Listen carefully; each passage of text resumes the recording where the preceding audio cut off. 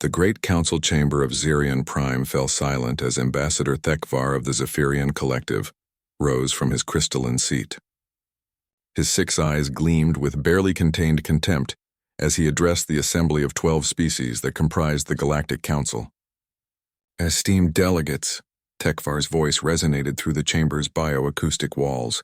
I call for an immediate revision of Protocol 847, the Human Containment Accord.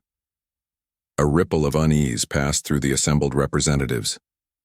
The Vorthak delegates' tentacles writhed nervously, while the insectoid Kriktar emitted a low, anxious buzzing. Only the ancient ethereal conclave remained motionless, their energy forms flickering with what might have been amusement. Elder Isthan of the Serpentine Republic was the first to respond, her forked tongue tasting the air. The Accord has served us well for 3 centuries, Ambassador. The human quarantine zone remains undisturbed, and they remain ignorant of our existence. Precisely the problem, Thekvar snapped, his primary arms gesturing emphatically. We cower behind an invisible barrier, treating a single world as if it contained some cosmic horror. They are primitives, barely capable of interplanetary travel. The memory banks of every council member contained the same historical files.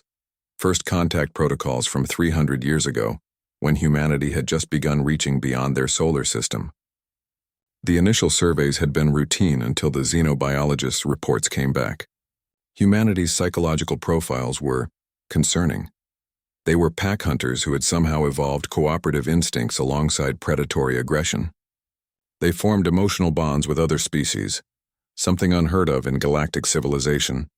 Most disturbing of all, they seemed to thrive on adversity, growing stronger when faced with impossible odds. The Council's xenopsychologist had recommended complete avoidance. Humanity was classified as a viral cooperative species, too dangerous to engage with, too unpredictable to safely integrate. Hence the Accord. The Zephyrians grow tired of limiting our expansion routes to accommodate human space, Thekvar continued. My people have identified 17 systems rich in trilithium deposits within their sector. We should not have to negotiate around the fears of our ancestors. High Arbiter Velmoth, an ancient being whose species had founded the Council, finally spoke. His voice carried the weight of millennia. Young Thekvar, your species has existed for a mere 50,000 years. The Council's wisdom spans millions. Perhaps trust in that experience would serve you better than greed. But Thekvar's mind was made up. The Zephyrian military had been planning this for decades. Quick surgical strikes on the outer colonies, resource extraction, and withdrawal, before the humans could mount any significant response. They would present the Council with a fait accompli. 3 months later, the emergency session was called. High Arbiter Velmoth's ancient form pulsed with disbelief as he read the reports. Ambassador Thekvar, explain to this Council how an expedition of your finest warships was not only defeated but adopted. The Zephyrian ambassador, noticeably less arrogant than before, struggled to maintain his composure. The humans, they don't behave according to any known warfare doctrine.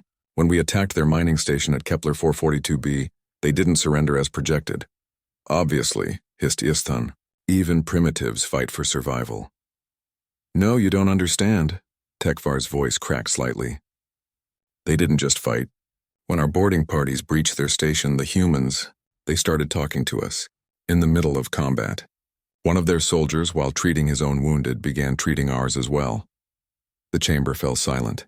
A human female named Sarah Chen shared her emergency rations with captured Zephyrian naval officers. She asked about our families, our homeworld, our dreams. She showed them pictures of her children and asked to see pictures of theirs. Elder Isthan's tongue flicked nervously. Psychological warfare. We thought so initially, but the pattern repeated across all 7 engagement sites. Humans would fight fiercely to protect their people, but the moment the immediate threat passed, they would extend aid to everyone, including us. They shared food, medical supplies, even entertainment broadcasts. The Vorthak delegates' tentacles writhed in confusion. But surely your forces maintain discipline. Thekvar's 6 eyes dimmed with shame. Admiral Korthvan is now living in a human settlement on New Brisbane. He sends me regular communications about something they call barbecue and his adopted human grandchildren. Commander Zelek has established a cultural exchange program. Half my fleet has requested extended shore leave to study human art, music, and cooking. The High Arbiter's form flickered with what might have been the galactic equivalent of a headache. And your military objectives? Abandoned. The humans offered to share the trilithium deposits in exchange for technological cooperation. They're already integrating our biotech into their medical systems, improving both our species' quality of life. They've invited the entire Zephyrian collective to establish permanent colonies in their space. The chamber erupted in various species-specific expressions of shock and horror. Don't you see? Thekvar pleaded with the council. The accord wasn't to protect us from human aggression. It was to protect us from human compassion. They're infectious. My people are abandoning traditional Zephyrian cultural practices to celebrate something called birthdays and holidays. They're forming emotional bonds with beings they've never met. High Arbiter Velmoth's ancient consciousness accessed files dating back millions of years, containing the wisdom of species long extinct. The viral cooperative classification was accurate then. Not a virus of conquest, but of community. 3 of my naval officers have married humans, Thekvar whispered. They're planning to raise children together. They don't even have compatible biology, but somehow they've made it work through adoption and genetic therapy. They call it love. The word hung in the air like an alien concept, which for most species present it was. Elder Isthan spoke first. Motion to declare the Zephyrian collective compromised and under human influence? Seconded, buzzed the Kriktar representative. But the ethereal conclave spokesman interrupted. Perhaps we should study this phenomenon further. The reports indicate unprecedented levels of interspecies cooperation and mutual benefit. High Arbiter Velmoth considered this for a long moment. The accord stands, but we shall monitor the Zephyrian situation closely. If their society collapses under human influence, it validates our caution. If it thrives, he left the sentence unfinished, but every delegate understood. They had successfully avoided humanity for 3 centuries. Now they weren't sure whether they had protected themselves from destruction or evolution. As the session ended, each representative returned to their respective governments with the same unspoken question. What if the humans' greatest weapon wasn't their capacity for violence, but their capacity for love?